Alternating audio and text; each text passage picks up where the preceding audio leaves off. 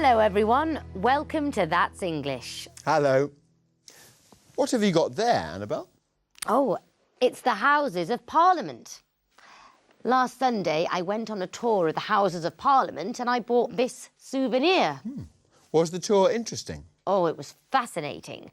We learned about the history of the building, we saw some members of Parliament, and we even watched a parliamentary debate. That's when members of Parliament discuss new laws. Well, you must be an expert now. Perhaps you can explain this to our students.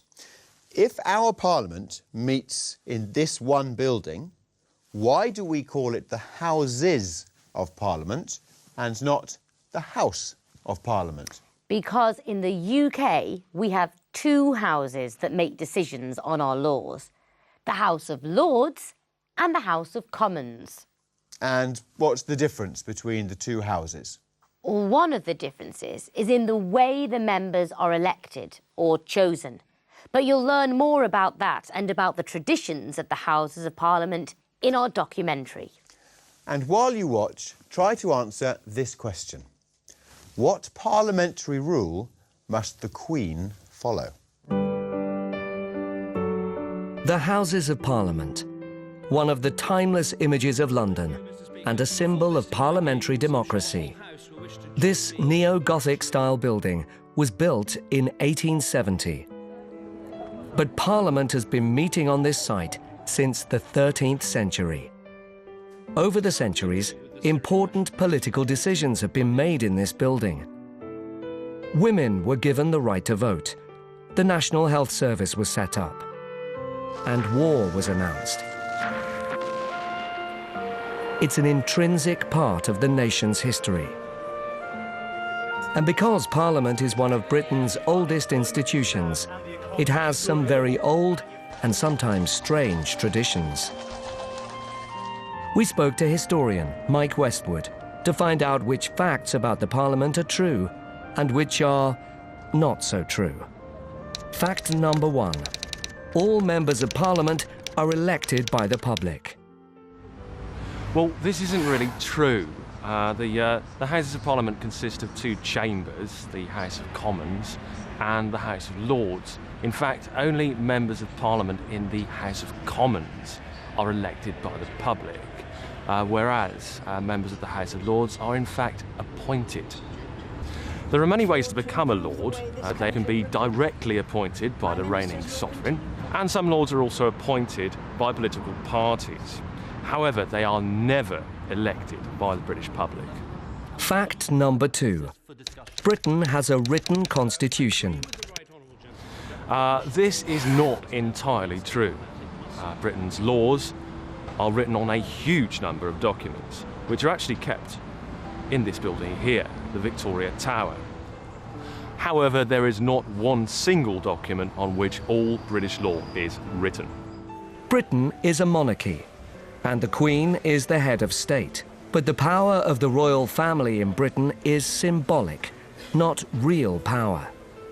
Fact number three: the Queen isn't allowed to enter the House of Commons. This is true. The monarch Charles I entered the House of Commons in 1642 and attempted to arrest 5 members of Parliament for high treason. Since that day, no monarch has been allowed to enter the House of Commons.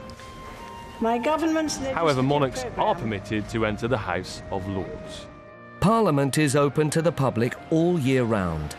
Visitors can go into the building and even watch some parliamentary debates. Millions of tourists come to London to see the Houses of Parliament and its famous clock tower. Fact number four: Big Ben is the name of Parliament's clock tower. This is false. The name of Parliament's clock tower is the Parliamentary Clock Tower. It has, however, been renamed the Queen Elizabeth Tower. Big Ben is the name of the bell inside the tower. Peculiar clothes, rituals, and strange laws. The Houses of Parliament might seem old-fashioned with our fast-changing technological world. But for most people, if the Houses of Parliament are still here in another 8 centuries' time, that'll be just fine. As we have seen, there are differences between the way members are chosen for the House of Commons and the House of Lords.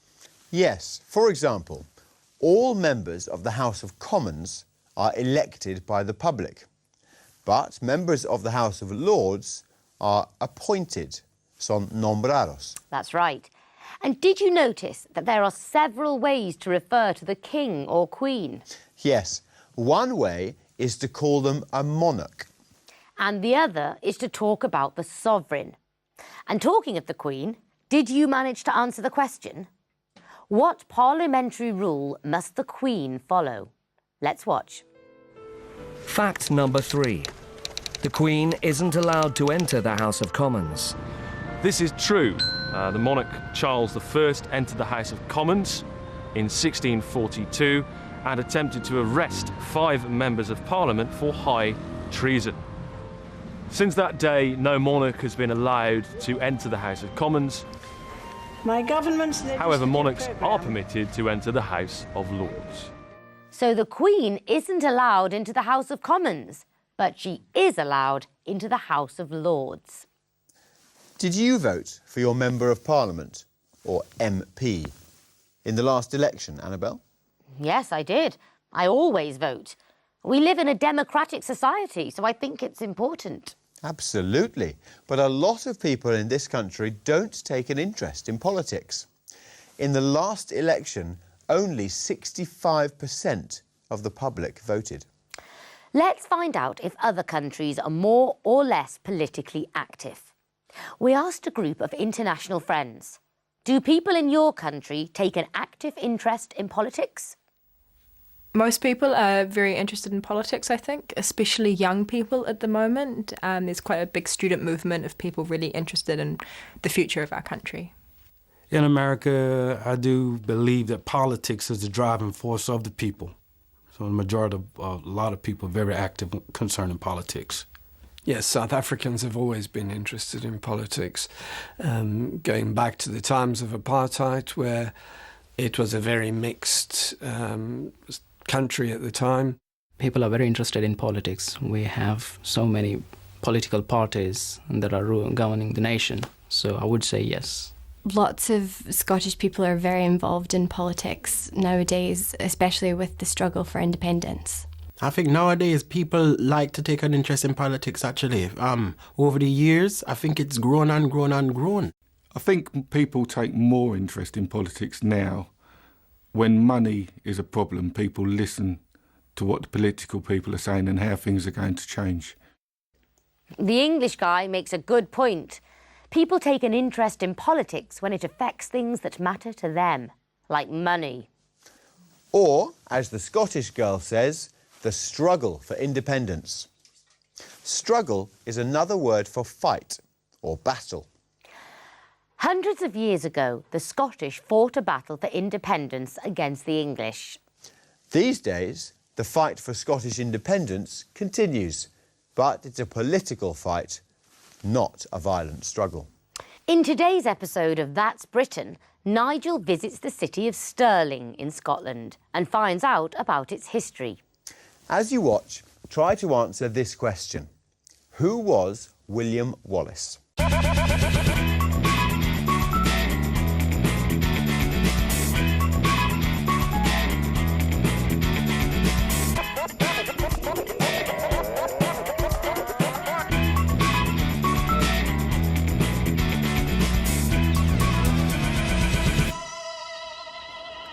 Hello!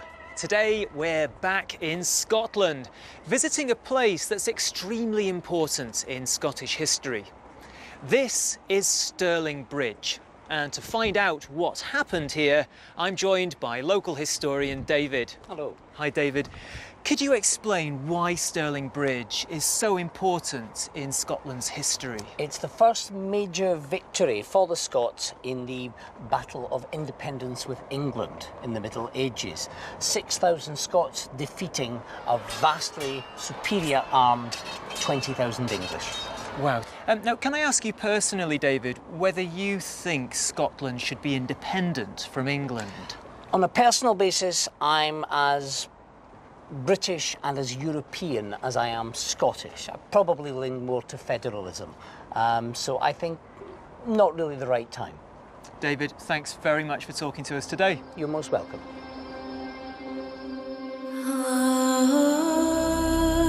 Stirling is an ancient city. It used to be the capital of Scotland. The city has been dominated by Stirling Castle for 1,000 years. I'm now inside the palace, and this is the Queen's throne room. It's certainly impressive, so I hope she liked it.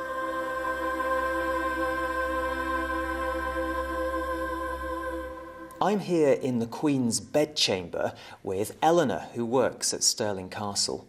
Eleanor, can you tell us a little about Mary, James V's wife?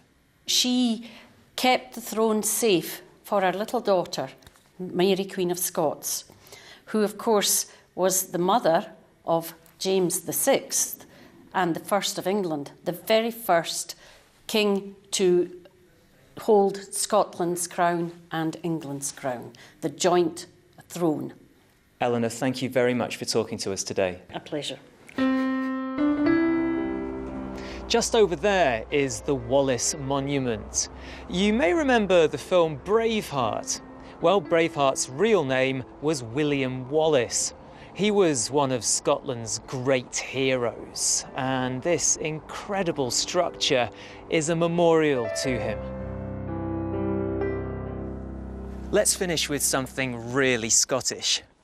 I'm here with Kieran, who plays the bagpipes. Kieran, take it away.